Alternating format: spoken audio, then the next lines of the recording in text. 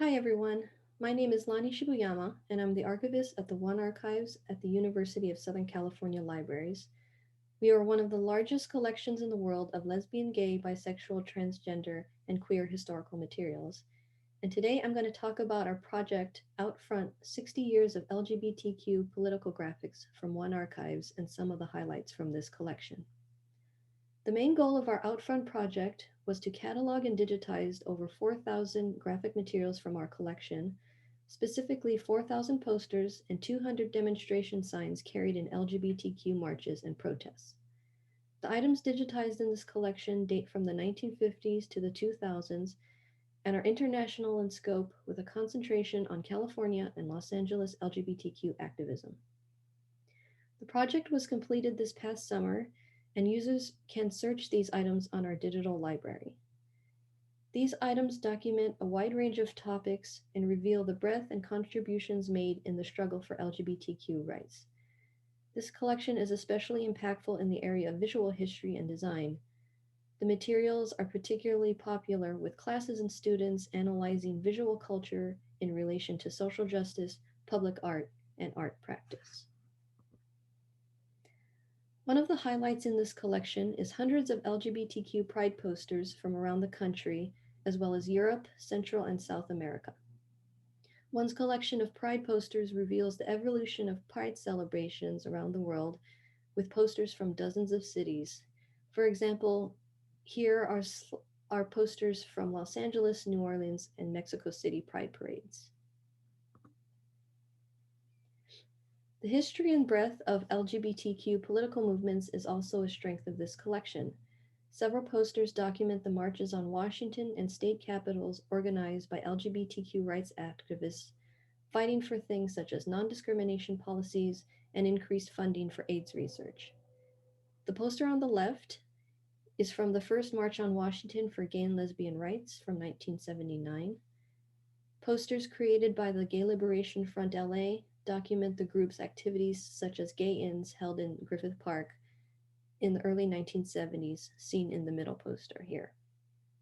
In addition, hundreds of demonstration signs from ACT UP and Queer Nation reveal the visual strategies used to demand media attention, change public policy, increase support for people living with AIDS, and affect change in LGBTQ visibility.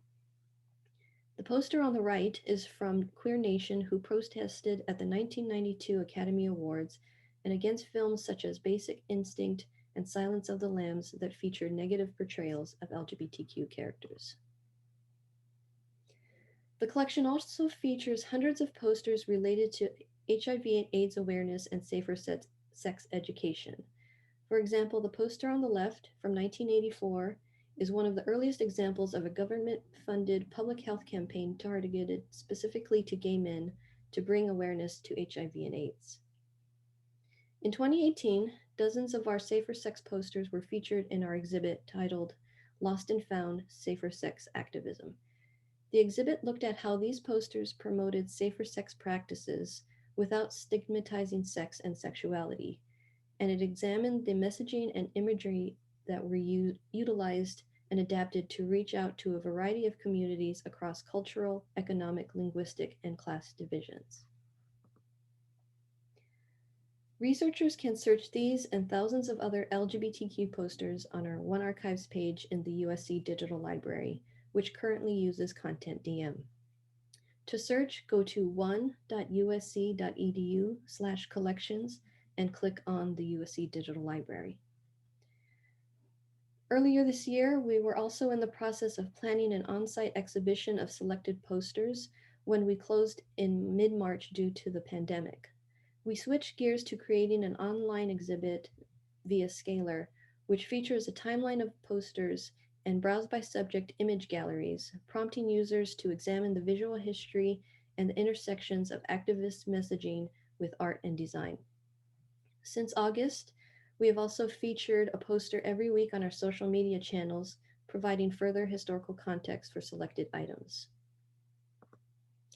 I want to thank CLIR and the Digitizing Hidden Collections team for inviting me to talk about our collections and for making this project possible.